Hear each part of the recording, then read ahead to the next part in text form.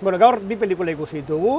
Hau da Ruiz de Azuaren Los Domingos, urrezko maskorra irabazteko hautagai oso sendoa, oraindik ikusteko asko falta balin badira ere.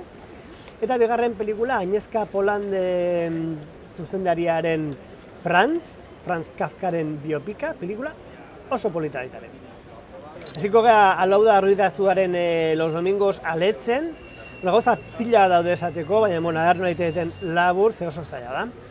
Jakingo dezuenez, neskatila gazte bat monja sartuko da, eta orduan bere familian kiston ekaitza eragiten du erabaki horrek, neskatila oso gaztea dalako eta klausura komentua dalako.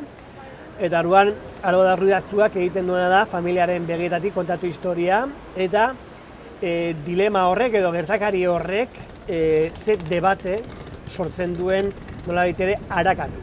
Da pelikula esango nuke filosofikoa, azken batean dago neska gaztearen eskubidea nahi duena egiteko, eta bestalde batetik dago familiaren ondo ez da neska bere gaztaroa arruinatu egingo duelako eta autoinmolatuko delako jainkoaren ustezko bizitza batean bere gaztaroa galduta, ezta?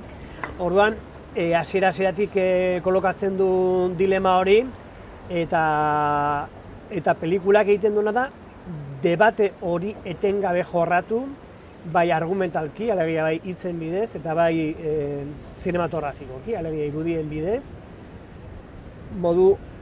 oso modu ederrean eta oso modu efektiboan. Orduan, pelikula guztia ari zaizu intelektualki ukitzen, alde batetik zen bestetik ateratzen diren argudioen aldeko, argudioen inguruko zera horretan, zirinbola horretan, Patricia López Arnaiz eta Miguel Garcés dira bi posizioak gorputzen dituztenak, neskatilaren aita eta izeba, daudenak gehien debatitzen dutenak eta bi aktorea daude bikain, oso ongi daude.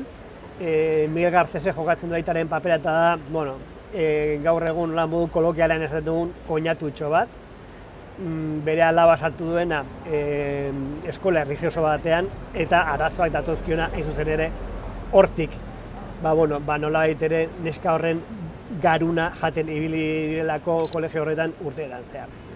Eta Patricia López Arnaizek ordezkatzen du ateismoa eta nolabait ere posizio razional bat eta neska sekta horretatik atera nahi duen emakumearen indarra.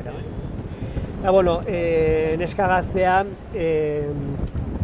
Blanca Soroa jokatzen du, neska gazte bada, ez zuen inoiz zinemarik egin, eta pasada da ze ondo gorpuzten duen nerabe zalantzati, puskatu eta besarkada baten premian dagoen neskatiaren papera, Pelikulak gauza zoragarri asko ditu, baina asko luzatzen nahi naiz, beraz, utzi ezagun hor, pelikula bikaina, nire ustez urrezko maskorra irabazteko hautagai sendoa naiz, hori, handikan faltaian pelikula asko ikusteko, baina, horrego godakinelan, seguro.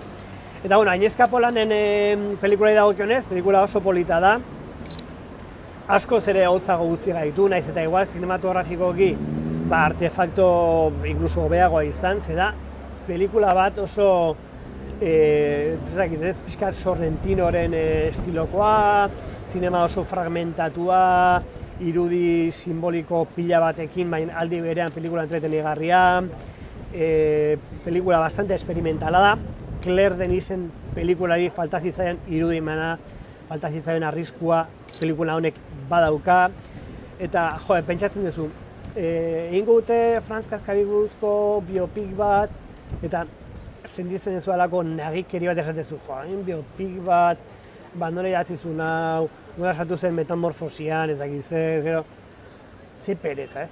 Ez da hori, bat ere, da bere biografia, baino pixka bat bere literatur sormenaren unibertsoan sartuta alegia, nolabait ere hipotesi bat eginez, ez?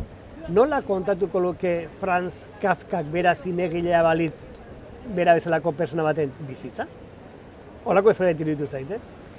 Agnieszka Holandez da zinegile berria personaia ilustren historia kontatzen, egin zuen Beethovenen biopik bat nahiko polita zena baita ere. Bueno, zuzendari veteranoa da, niretzako ofizio handikoa. Judutarra da eta bueno, haien judutartasuna pixka bat agertzen da pelikulan eta bueno, gauzak historiaren momentu honetan dauden bezala, bueno, niri pixka deseoso aintzait. Ez du judutartasunen aldeko zerarik egiten, baina bueno, bai bere betiko biktimismoa ez, bakizu ez, Bigarren Mundu Gerran gertatutako, bueno, beraien, beraien marginazioa, Pragako getoan eta ez, eta pixka eta gertzen da hori, eta ni deseroso sentiarazi nau, baina, bueno, pelikula polita da, ez dago zinemaldian ezer egiteko posizioan, nire ustez, baina, bueno, Kafkaren figura ezagutzeko eta pelikula eder batez gozatzeko pelikula polita.